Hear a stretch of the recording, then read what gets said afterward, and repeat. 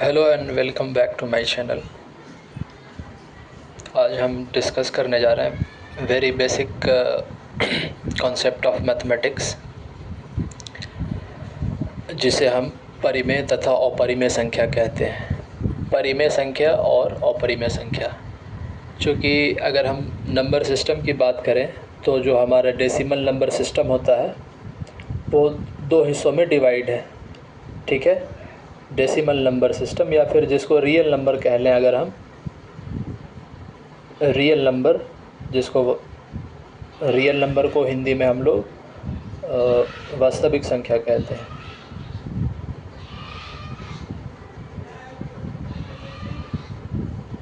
वास्तविक संख्या हमारा दो हिस्सों में कैटेगराइज किया गया है। ठीक है, पहला है हमारा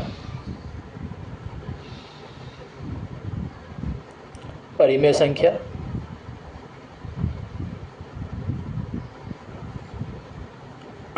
और दूसरा है हमारा अपरिमेय संख्या।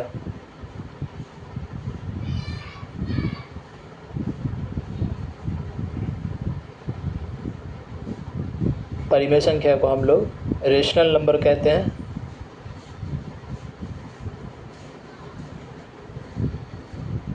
और अपरिमेय को कहते हैं इरेशनल नंबर।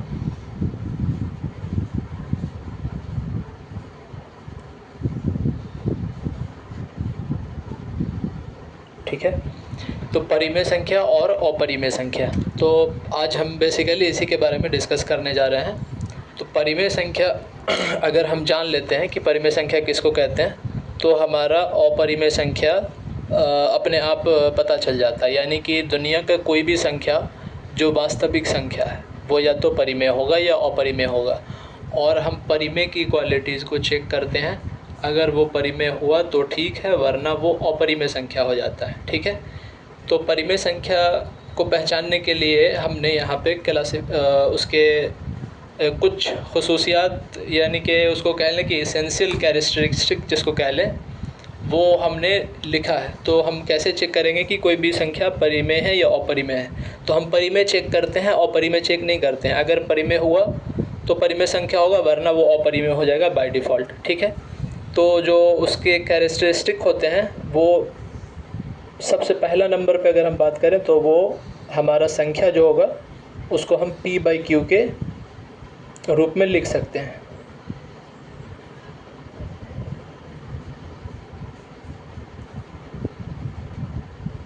दूसरा अगर हम बात करें तो दूसरा प्रॉपर्टी इसका होता है कि जो p और q है दोनों इंटीजर से बिलोंग करना चाहिए। ठीक है, यानी कि p, q कहाँ से आएगा? Belongs to integer.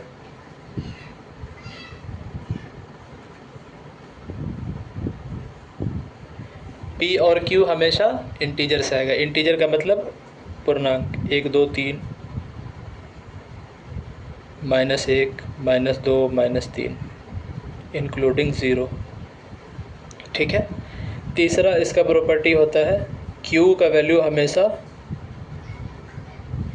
1 2 3 या -1 -2 -3 होना चाहिए, नॉट इक्वल टू 0। 0 नहीं होना चाहिए, 0 के अलावा कुछ भी हो इंटीजर से। तीसरा प्रॉपर्टी इसका होता है p और q क्या होना चाहिए? सहअभाज्य होना चाहिए। सहअभाज्य किसको कहते हैं अभी हम बताते हैं। p, q क्या होना चाहिए? एक सहअभाज्य हो।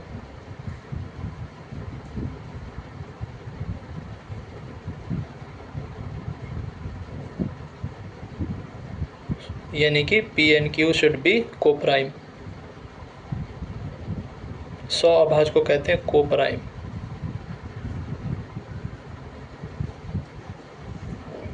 जैसे अगर हम बात करें कि 2, 3 अगर सहअभाज्य है या नहीं है, तो देखेंगे कि 2 और 3 का कॉमन फैक्टर क्या है? सिर्फ 1 होना चाहिए। क्या होना चाहिए कॉमन फैक्टर इसका?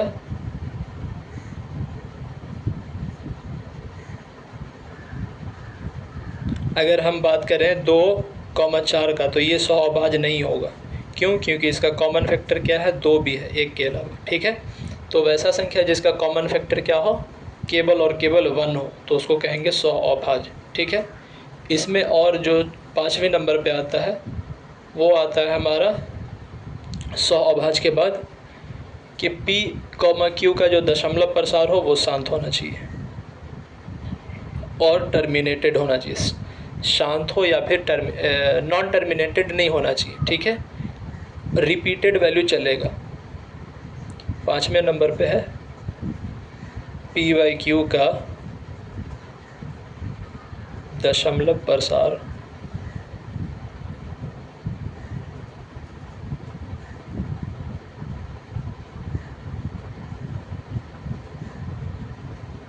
शांत हो। यानी कि अगर हम 1/3 की बात करेंगे तो इसका वैल्यू कितना होता है 0.333। इसका मतलब ये नहीं कि 1/3 परिमेय संख्या नहीं होगा। दशमलव प्रसार जो हो वो शांत हो। अगर शांत में हमारा अशांत नहीं होना चाहिए। अगर अशांत में रिपीटेड वैल्यू है तो चलेगा। अगर ये वैल्यू यूनिक हो जाए तो नहीं चलेगा, ठीक है। और शांत में हमारा रिपीटेड वैल्यू के अलावा ये चलेगा। लिख देते हैं यहाँ पे रिपीटेड वैल्यू के अलावा।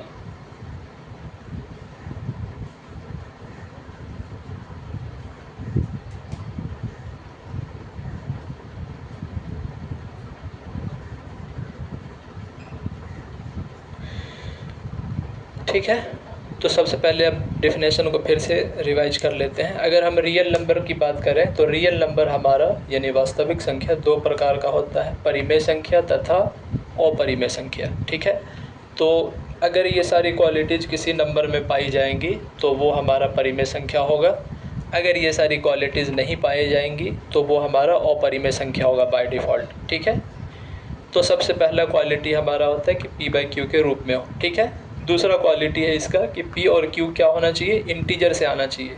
P और Q दोनों वैल्यू हमारा इंटीजर से आना चाहिए, उसके अलावा दूसरा वैल्यू एक्सेप्ट नहीं होगा, ठीक है। तीसरा नंबर पे हमारा है कि Q का वैल्यू 0 नहीं होना चाहिए, ठीक है। Q 0 के अलावा कोई और वैल्यू ले सकते हैं, 0 नहीं ले सकते हैं। -1 -2 सब चलेगा, 1 2 3 चलेगा, 0 नहीं चलेगा। जैसे अगर 0 होगा तो क्या हो जाएगा, जैसे 1/0 का मान क्या होता है, इन्फिनिटी होता है। और इन्फिनिटी हमारा अपरिमेय संख्या है, ठीक है। इसीलिए चूँकि यहाँ पे सारा प्रॉपर्टी ये फॉलो करेगा लेकिन ये वाला प्रॉपर्टी फॉलो नहीं करेगा। अगर इसमें से कोई एक प्रॉपर्टी भी फॉलो नहीं हुआ तो हमारा संख्या सीधा सीधा अपरिमेय चला जाएगा, अपरिमेय संख्या में चला जाएगा, परिमेय नहीं रहेगा, ठीक है। तो P/Q के रूप में हो पहला नंबर। दूसरा नंबर P और Q दोनों इंटीजर से आना चाहिए। तीसरा नंबर हमारा Q 0 नहीं होना चाहिए। और चौथा प्रॉपर्टी है कि P और Q सह अभाज्य होना चाहिए, ठीक है, यानी को प्राइम होना चाहिए। यानी कि उसका अगर कॉमन गुणनखंड निकालेंगे तो वो एक के अलावा कोई और दूसरा संख्या नहीं होना चाहिए, ठीक है। पांचवा प्रॉपर्टी है हमारा कि P और Q का दशमलव प्रसार शांत होना चाहिए रिपीटेड वैल्यू के अलावा। अगर रिपीटेड वैल्यू है तो उसको ले लेंगे, बाकी को नहीं लेंगे। जैसे अगर हम बात करें 3.1421 तो ये क्या हमारा रिपीटेड वैल्यू नहीं है, यूनिक वैल्यू है। और दशमलव प्रसार यहाँ पे क्या है इसका, अशांत है, ठीक है। ये पाई का जो वैल्यू है वो हमारा क्या है, अशांत वैल्यू है, इसीलिए इसको अपरिमेय संख्या कहेंगे। लेकिन अगर हम बात करें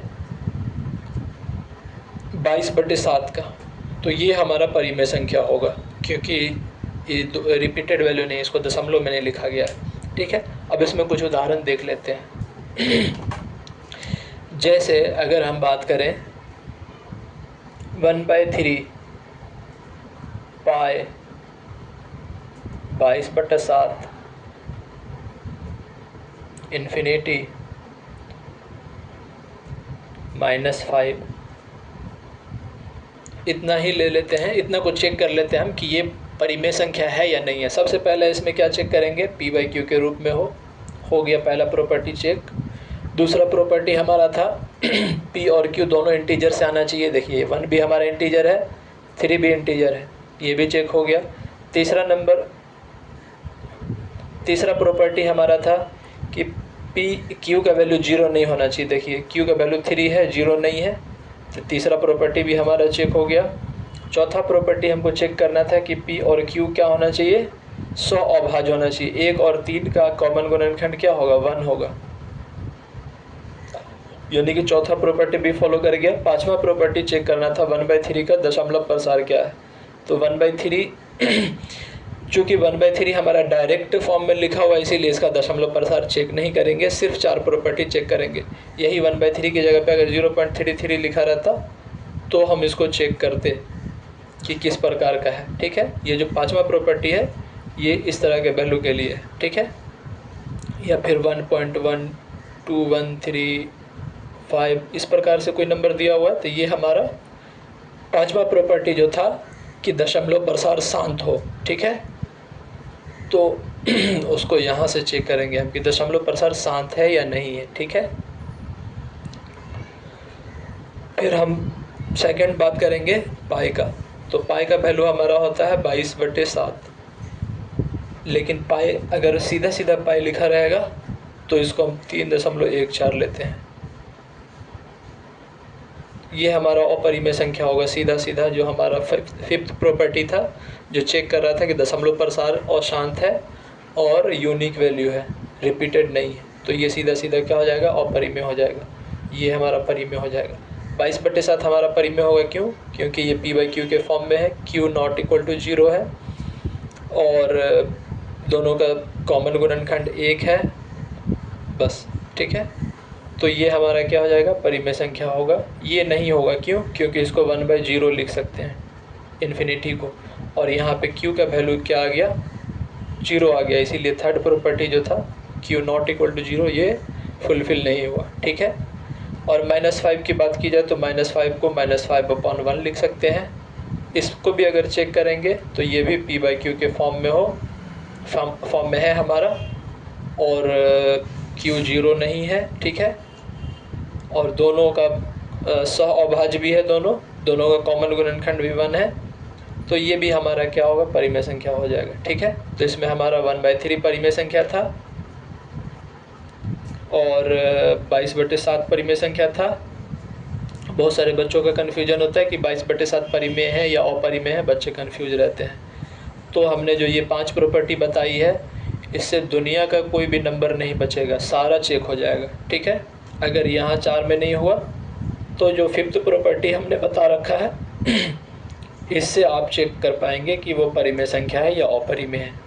उसके बाद हमारा -5 था, ये सब हमारा क्या था, परिमेय था।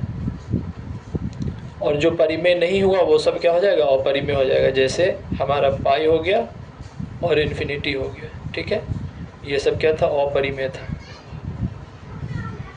इरेशनल नंबर था। ठीक है, थैंक यू। जिनको इसका स्क्रीनशॉट लेना है वो ले सकते हैं, ये हमने यहाँ लगा रखा है।